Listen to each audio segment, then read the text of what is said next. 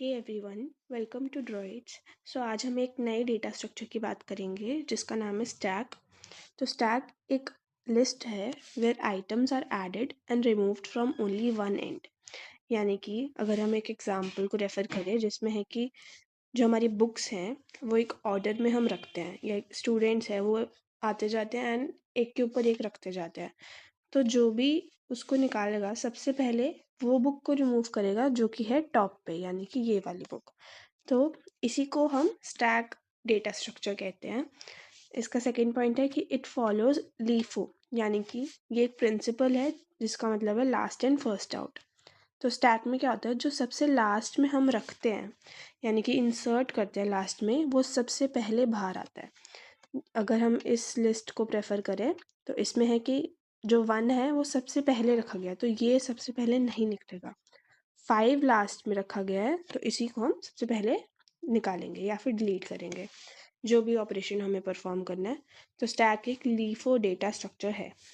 Third point है कि the item added last will come out first.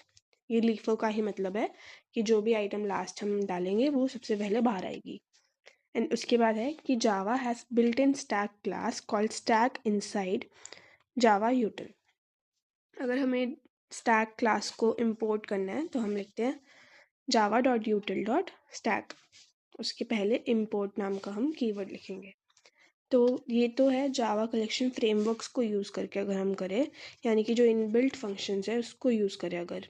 But कुछ और भी मेथड्स होते हैं जो हम खुद से लिखते हैं हर एक फंक्शन, ताकि हम स्टैक की सारी चीज़ों को अच्छे से समझ पाए। बट आगे जाके हमें यही यूज़ करना है, यानी कि जावा कलेक्शन फ्रेमवर्क, क्योंकि हर एक प्रोग्राम को इंसर्ट डिलीट ये सब हम बार बार नहीं लिख सकते। ये सिर्फ सीखने के लिए हमें अभी खुद से करना है।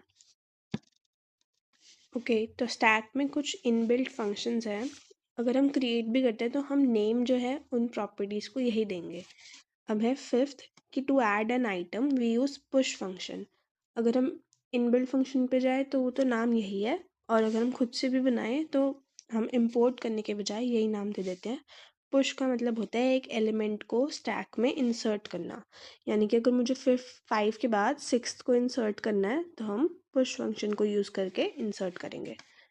उसके बाद सिक्स्थ है कि to remove an item we use pop. अगर हमें फाइव को रिमूव करना है तो हम पॉप का फंक्शन का यूज़ करेंगे।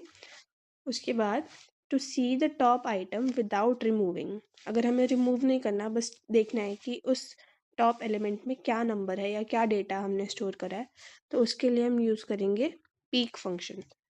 Then to check if the stack is empty we use is empty function. ये सब बेसिक्स हैं कि क्या नाम से हमें लिखना चाहिए और किससे हमें समझ आएगा कि क्या ऑपरेशन हम परफॉर्म कर रहे हैं, क्योंकि हमें मीनिंगफुल नेम्स ही लिखने होते हैं। तो ये कुछ फंक्शंस हैं।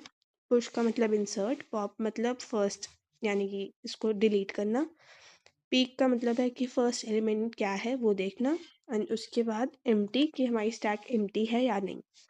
नाइन्थ है कि स्टैक की जो इम्प्लीमेंटेशंस है रियल लाइफ, वो है undo and redo, browser back button, expression solving etcetera. So ये कुछ इम्प्लीमेंटेशंस है स्टैक के। So that's it for today's video. Do like, comment, share and subscribe.